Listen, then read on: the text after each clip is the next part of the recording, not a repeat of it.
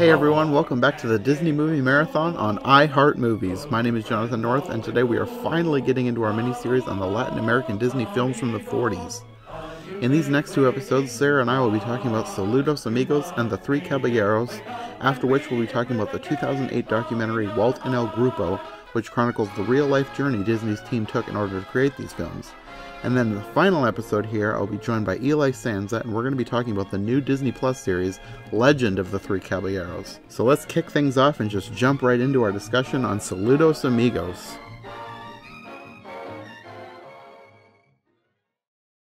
So, we know there's a lot of historical background to these films. Probably particularly Saludos Amigos because it was the first one. But we aren't going to talk about that right now. We're going to save that for a later episode because we're going to be watching and reviewing a documentary called Walt and El Grupo, which we haven't seen yet, but that's when we're saving our talk about the background of these. For these episodes, we're just going to be talking about the movies.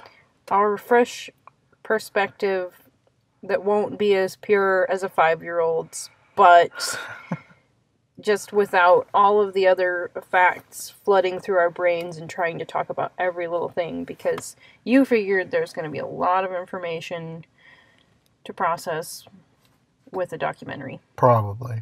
I haven't seen it yet, but I'm sure there's going to be a lot to talk about.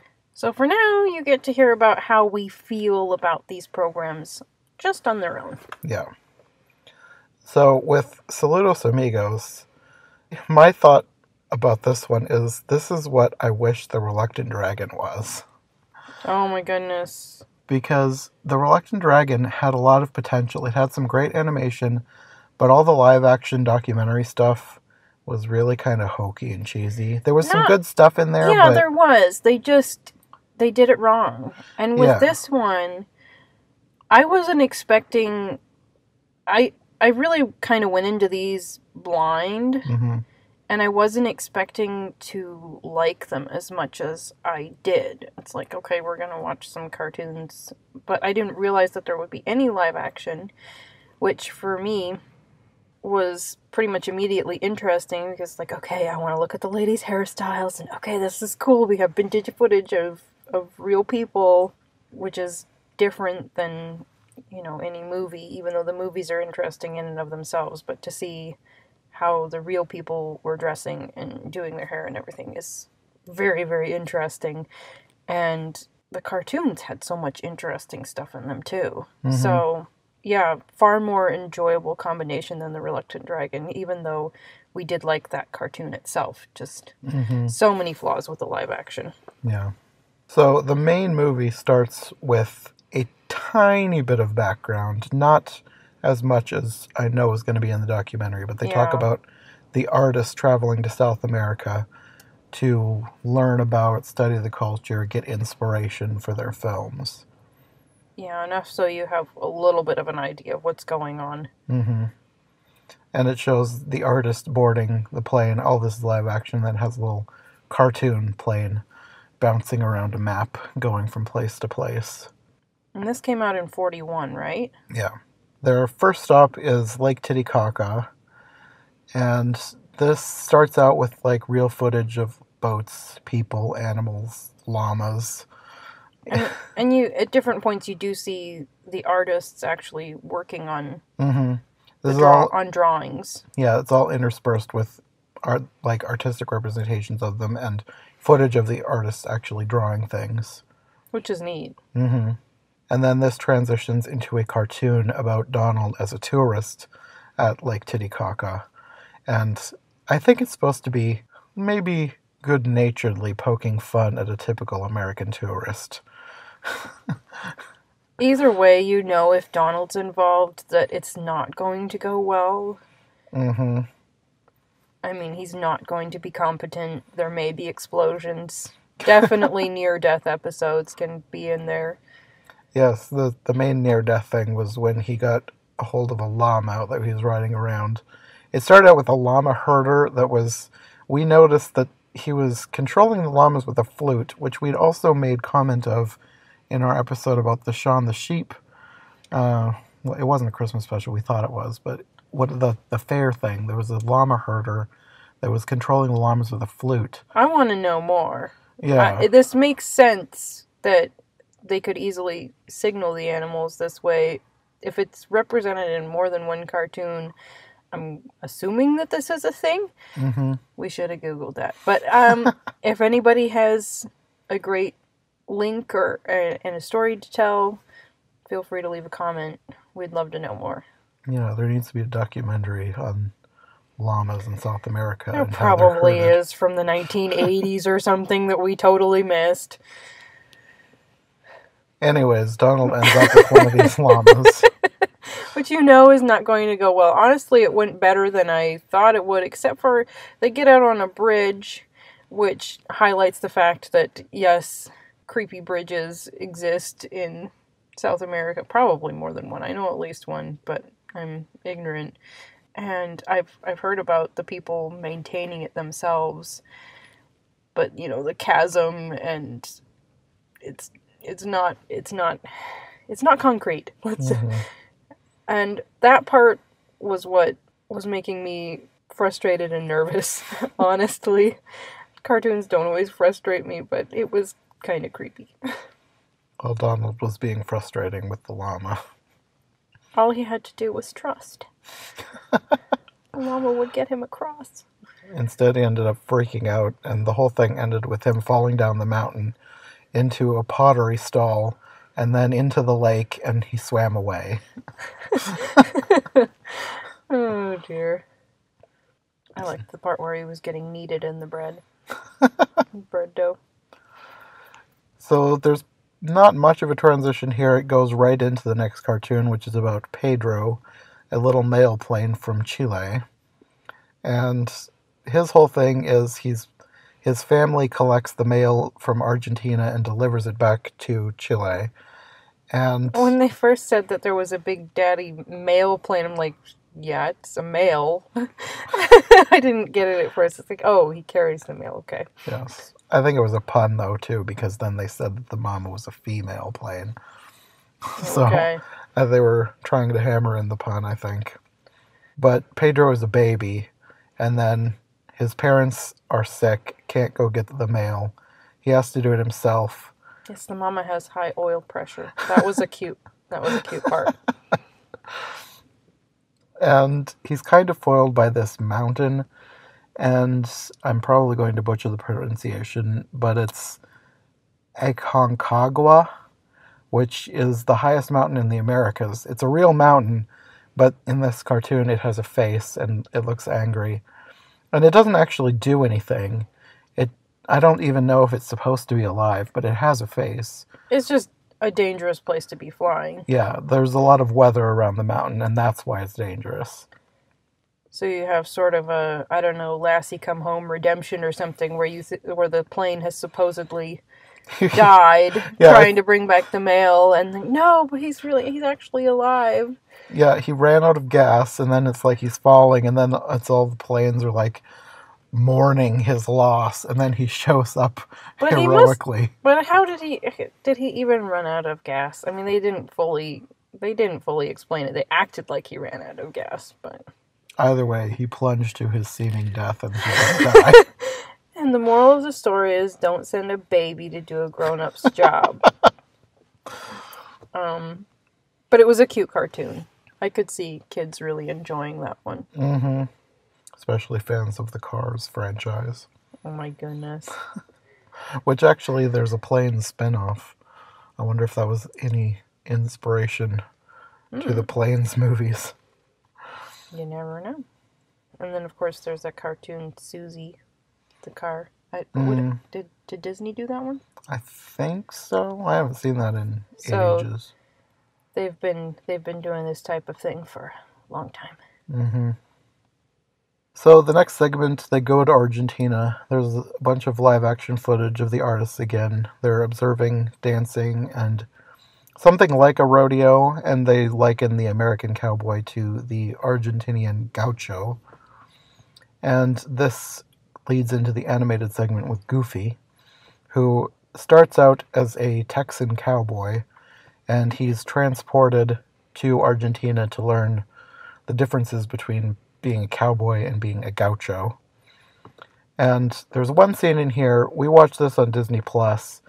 There's a scene that has been edited, and it was edited for a DVD, which was Goofy smoking a cigarette, which is gone on Disney Plus, but I'm thinking it was an oversight because there was an article the other day about people were wondering why it's been edited, and Disney said that it was going to go back to the original way. I'm not sure. Either way, it's a dumb controversy. We don't smoke, by the way. We're okay with watching Goofy smoke, I guess, in the context of a 1941 cartoon. Yeah. We understand the historical significance. We're not going to emulate Goofy and go home and smoke. No one should emulate Goofy in so many ways. That's true. Keep the good-hearted nature of Goofy and pretty much nothing else. So this one goes over like the clothes the gaucho wears, the food, and he has a weird horse. That was one of the things about this. In an odd way, these cartoons were actually pleasantly educational. Mm-hmm. And inspiring. They make you happy to be learning about these things, which I tend to be happy anyway, but the fact that they actually captured this stuff, it wasn't just some cheesy stereotype cartoon. They were actually teaching you things, and it still had, some of the stuff that goes with that, like Goofy and his boxers and, take it or leave it. But I really appreciated the educational aspect. Mm-hmm. One of the biggest things in here that stood out to me was there was a scene with what they called an Argentinian ostrich. And I was like, ostriches don't live in Argentina. So I looked it up. It's actually a rhea, which is a lot smaller than an ostrich. But it was cute. This is another real thing with the gauchos. They hunt these things with bolas, which are these things that they have on ropes. They spin it around, toss it, and then it wraps around them and catches them. Kind of like big ball bearings at the end of them. Yeah, sort of. I'm sure that there's some other weapon that I could liken it to, but it's not coming to me right now. Mm-hmm. So at the end of that, Goofy, I don't remember exactly what happens, but he ends up on fire and he flies back to Texas and lands in a watering trough. Yeah. And that's the end. So the next one is Brazil. And here you have live action footage with more artistic representations. There's the cities, dancing, flowers, birds.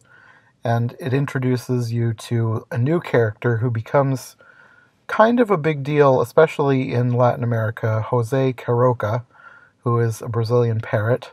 Was that where they had... Well, yeah, wasn't that where they had the street that was sort of an undulating pattern of black and white? It was really pretty. That might have been this part. I think so, because I think they incorporated it into the cartoon as well. Yeah. So this has the song, which in America is known as just Brazil. And this segment is called, the title of the song, which I'm probably going to butcher again, but I'm going to try, Aquarelo do Brasil. And this Sarah recognized from her listening to old music. Right away, because I remember my mother checking out this collection of big band music, so I am totally a sponge when it comes to songs. I keep saying that, but I don't know how much I've said it on these podcasts. It's very hard for me just to ignore music. Some people can just block it out. No, I want to suck it in. So I totally remember this song, Brazil, and I also recognize it from a Dean Martin and Jerry Lewis skit. It's sung by, the version that I am familiar with is probably from 1943, sung by Bob Eberly and Helen O'Connell with, I believe, the Jimmy Dorsey Orchestra. And it's all English lyrics. So when they talked about this song winning a competition and being super popular during Carnival and all this, and I'm hearing this song. Well, it's totally the same thing. I had no idea that it was the original was from 1939 and was a real deal Brazilian song. And it was just so interesting. Which means the title of it is Watercolor of Brazil, and the man wrote it on, I believe it was a rainy night, and he wrote some other song which is probably well known over there. It might have had something to do with tears. There's a Wikipedia article if you want to know. But no, apparently didn't they have a competition, maybe they don't anymore, of what song will be most popular during Carnival, and this caught the attention of the Americans over there when they were going to do these cartoons. That's what it sounded like, yeah. Yeah, so there you go. So this song leads into more... This one is like the least crazy example, but people have called a lot of the animation in both this and the Three Caballeros very trippy. And it's just basically the animators just having fun. Just doing all sorts of crazy things. I thought it was sort of like the Pink Elephants on Parade. It got more that way later. Yeah, but not weird. Not as weird, I should say. Not as creepy. Like, some people find the Pink Elephants scene very creepy. I don't think this got into that level at all. No. It was just very... Well, okay, the giant cactus to me were slightly creepy. But only part of the time. And here's another thing about this. From looking at mainly pictures of vintage textiles that were probably from the 40s, I noticed some of that vibe in some of this animation, like of the landscape, but not with all of it. And I really appreciated a lot of the artistry. A lot of it was really fun and made me appreciate that style more than I used to. Like, if you were to see a textile that has like the little cactus, or maybe a map of the states or a state or something, it made me appreciate that more. One of the things that did stand out to me was when they had a black background but with colorful flowers on it, and you have the train going through that. I thought that was interesting. I think that's in Three Caballeros. Really? Yeah, because that's after... Was that when they were going to Bahia? Yeah. Okay. Yeah. Okay, well, I'm muddling them together. We watched them at the same time, so... Yeah. This one, it's footage of... I mean, not even footage. It's an animated hand painting things. And oh my goodness. This was one of my favorite things. That cartoon where they were doing that. Mm-hmm. Go ahead. I was just going to say that the hand is painting just Brazilian landscapes, birds, and it's kind of crazy, kind of trippy, but not nearly as much as in Three Caballeros. I don't even know what you mean by trippy. What do you mean by trippy? Like, people talk about hallucinating, like, on a drug trip. Oh my goodness, no. This is beautiful art. Let me talk about this. Okay, not only did they take a historically interesting song, whether it's your cup of tea or not, they paired it. Okay, so think Watercolor of Brazil, and all of a sudden they are painting Brazil. They're painting a waterfall. They're painting flowers. The fact that they painted, it might have been flowers, and they turned out to be birds, and they painted bananas, and then all of a sudden you have these, what that look like toucans, rising out of that. That is not drugs. Let me tell you what that is. If you haven't heard of it before, it's called creativity. You tell them, Sarah. And it's a beautiful thing. I realize sometimes the line gets crossed. But with this, it was great. Mm-hmm. Yeah. It didn't even need Donald. It would have been fine without Donald. But since they wanted him, there he was. Yes, one of the flowers becomes Donald. Which was actually kind of funny. And he meets Jose, and they learn the samba. Jose is adorable, okay? Oh my goodness. I do not relate to Latin Americans. Maybe I need to go hang out with them because they seem really interesting. But no, this parrot, I suppose, is supposed to be true blue Brazilian. Mm-hmm. That's another thing. When they are representing these different countries with the cartoons, I don't think you ever feel like they're quite crossing that line of making fun of the people. Mm-mm. Even though it's told in sort of a funny, cheeky way, like you see the native person in Peru just walking down this mountain like it's no big deal. You have the huge angle, and it's, physically impossible. That's the thing. They tell it with some humor, but they're never being snobby about the people of these countries. It feels a lot more respectful than and genuine. Some early cartoons could be. And genuine, like they really want to participate and learn about these cultures. Mm-hmm. And that's another thing that can set this apart, as you can watch this without being worried that your kids are going to see something really racially inappropriate. Mm-hmm. So, yeah. And this is the end of the movie. It sort of just ends with this last song. I'm probably gonna butcher this pronunciation. I think it's Tico Tico no Fubo, no Fuba, something like that. But it's a fun song. They have more painting. The paintbrushes are painting like a walkway for them as they walk and dance together. They eventually end up on Copacabana Beach. What seems to be a nightclub? I think so. I'm not exactly sure. I know that I was looking into what Copacabana was because we were talking about, like, wasn't there a Copacabana in I Love Lucy? But there is a famous Copacabana nightclub in New York, and I think I Love Lucy referenced that. I found out that because I was thinking that Lucy's husband worked at Copacabana, but it was actually called the Tropicana. Right, okay. So I was getting them confused, but I think they went to the Copacabana once in a different episode. And that's why I was getting them confused. Either way, I think this is supposed to be a reference to that nightclub, but it's on Copacabana Beach. I don't know. I'm guessing that whoever started the Copacabana was inspired by South America. Probably. Probably kind of like somebody having a mini Eiffel Tower or a mini Statue of Liberty. It's not the original. It's just inspired by. Yeah. That would be my guess in this situation.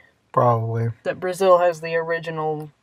I mean, Copacabana doesn't sound like a New Yorker word. No, not really.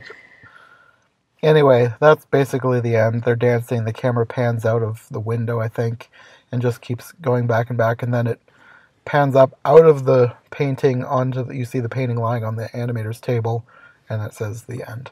It just kind of ends. But Donald has made a new friend and had magical adventures. Well, not really magical. Well, sort of magical, yeah. It gets a lot more magical in the next one, for sure. Yeah, definitely. I have thoughts on that. But anyway, that's Saludos Amigos. I really liked this one. This is like the shortest Disney movie. I think it's only like 42 minutes. It's the shortest feature-length film that they've made. I kind of doubt that anyone will ever beat that, because movies tend to try to aim for 90 minutes these days. I wasn't even thinking of that. I don't know how much I thought of it as a movie, but this is really, it's a sequence of... It's kind of its own animal. I don't know. Yeah. It's getting into that. There's a period of time, I think they call it the war era, where it's during World War II. The animators were busy making a lot of, I guess you could call it propaganda, but they couldn't put together fully animated, full-length features like they were with the first 5, and they didn't do it again until, I think, Cinderella. But they did a lot where they were putting together a bunch of shorts and stitching them together into feature films. Okay. So that's the era we're entering with these. But this isn't considered propaganda of any sort, is it? It might be. I think we'll probably figure that out when we watch Walt and El Grupo. Okay. What was your favorite part of this?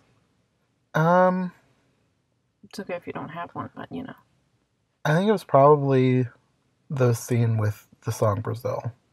I just like I don't even want to call it crazy animation, but just the really creative animation. Yeah. Just really cool. Culturally interesting, very creative, very, very pretty. Mm-hmm. And then you get introduced to this charming little parrot. Yeah, that section in there, I'd say that's my favorite. I really did appreciate learning more about gauchos, too. Yeah. Yeah, there's lots of good stuff in this one. Yeah. Yeah, I really like this. I'd watch it again. And I do not say that about everything that we watch. If you've been around long enough, you know that. Yeah. Well, we probably could. It's short enough. Okay, well, I think that'll be all for this episode. Next time we'll be going on to The Three Caballeros. So we'll see you then. All right, bye. Brasil, meu Brasil brasileiro, meu mulato insoneiro, vou cantar-te nos meus versos. O Brasil samba que dá bamboleio, que faz gingar. O Brasil do meu amor, terra de Nosso Senhor. Brasil, Brasil, pra mim, pra mim.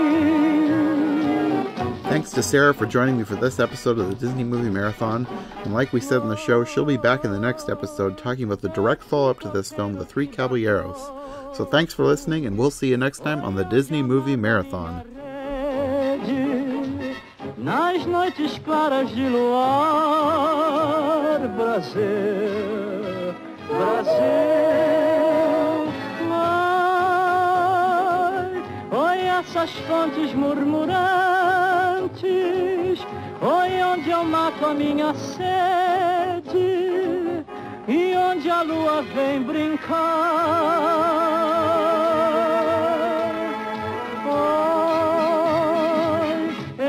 Brasil lindo e trigueiro, é o meu Brasil brasileiro, terra de samba e pandeiro, Brasil, Brasil.